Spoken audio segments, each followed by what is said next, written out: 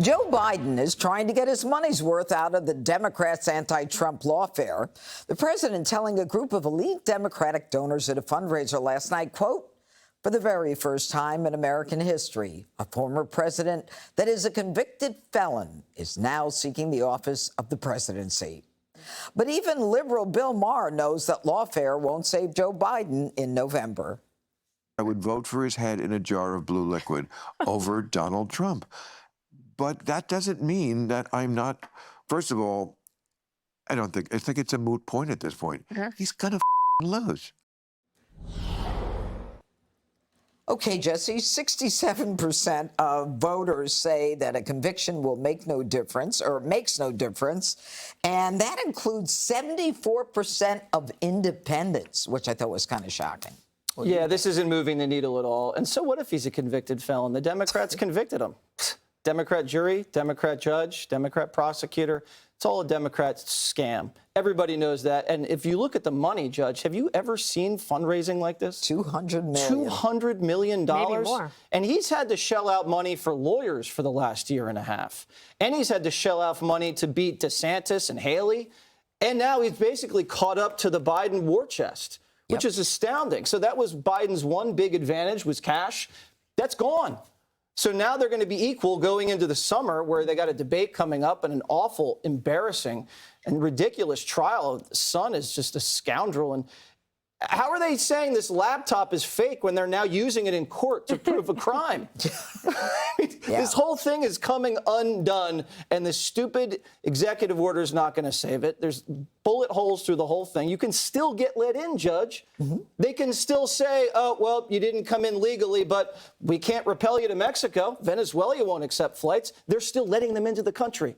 This is all going downhill for Joe Biden. I don't see anything that can turn it around. You know, Harold, I think that a lot of the Democrats are holding out hope that, you know, some of the Republicans won't vote for Trump, but apparently 25% of the Republicans said they're even more likely to vote for Donald Trump now that he's been convicted. So that, and plus with the independents now, I mean, are you a little worried about, you know, Donald Trump catching up? I'm always concerned about these things. I think I have great respect for Bill Maher, but I'm not going to take his word that he knows what's going to happen in the election. I think there's 6 states that will decide it: Arizona, Georgia, Nevada, Wisconsin, Michigan, Pennsylvania.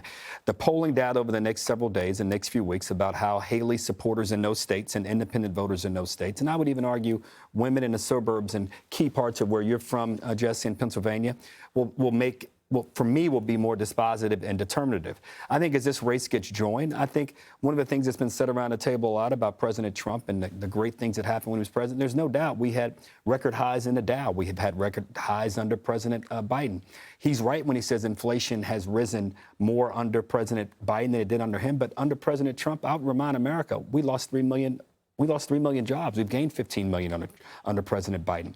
3 million Americans lost their health insurance. This race is going to get joined. It will be interesting as it goes along, but I don't deny the fact that inflation, the cost of living, are factors on everyday voters' minds. But I just can't take a prediction in June about what's going to happen in November. By the time the election happens, we'll know who won the World Series. Is it that tight, Dana? Well, the election is 5 months from tomorrow, and so it's getting late early. Somebody said that. Yogi Berra, maybe, I think, or something. I'm going to give it to Dana Perrin. But one of the things about Biden saying this about Donald Trump now is that it belies the whole thing that he said all along, which is that I'm above this. I'm not going to get involved. I'm not going to pay attention to it. And it's like, well, actually, in your private fundraisers, when you're playing to the MSNBC crowd, you are, because they think that this is going to work for them. He has to, again, President Biden at this point, 5 months from tomorrow, he's still trying to solidify his base. Well, I mentioned yesterday, Donald Trump is chipping away a little bit by bit at the low propensity voters and the swing voters. The other thing is, you know how Biden always says, don't compare me to the almighty, compare me to the alternative. I think that President Trump should open the debate that way.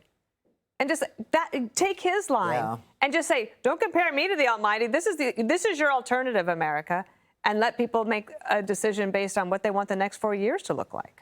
Greg, wouldn't you agree that because the left has been calling Donald Trump everything from Hitler to a Russian asset to that they overplayed their hands so early? I mean, that, you know, he's being a convicted felon. Everybody's like nonplussed about it. It goes back to what I said before. When they say he's a convicted felon, you just go, so?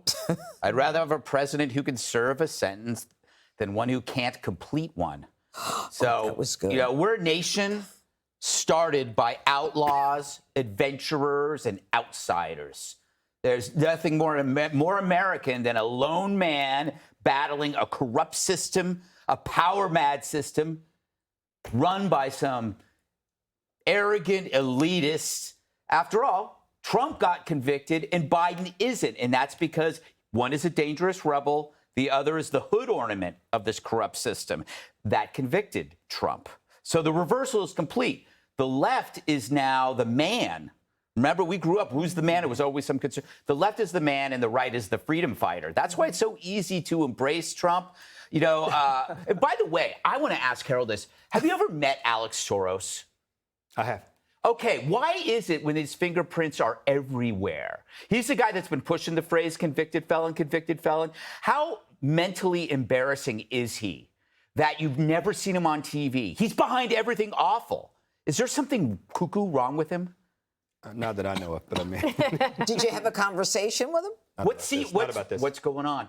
No What's going on, Harold? What are you hiding? Capable? Here's what I know. Look.